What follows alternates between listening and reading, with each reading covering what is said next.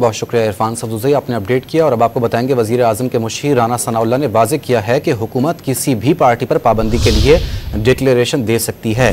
काबीना की मंजूरी के बाद डिक्लेरेशन सुप्रीम कोर्ट में पेश किया जाएगा। निजी टीवी से गुफ्तगू में उन्होंने कहा कि एडहॉक जजेस की आइन में इजाज़त है। मखसूस नशिस्तें अगर हुकूमत को मिल सकती हैं तो कोशिश करने में कोई बुराई नहीं।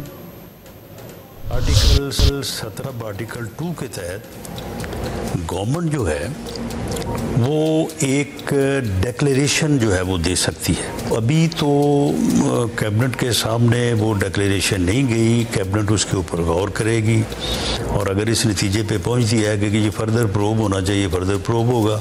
अगर इस नतीजे पे पहुंचती है कि डिक्लेरेशन जो है वो बेस्ड ऑन एविडेंस है तो फिर जो है वो डिक्लेरेशन जो है वो अनाउंस होगी और सुप्रीम कोर्ट में जो है वो पेश होगी।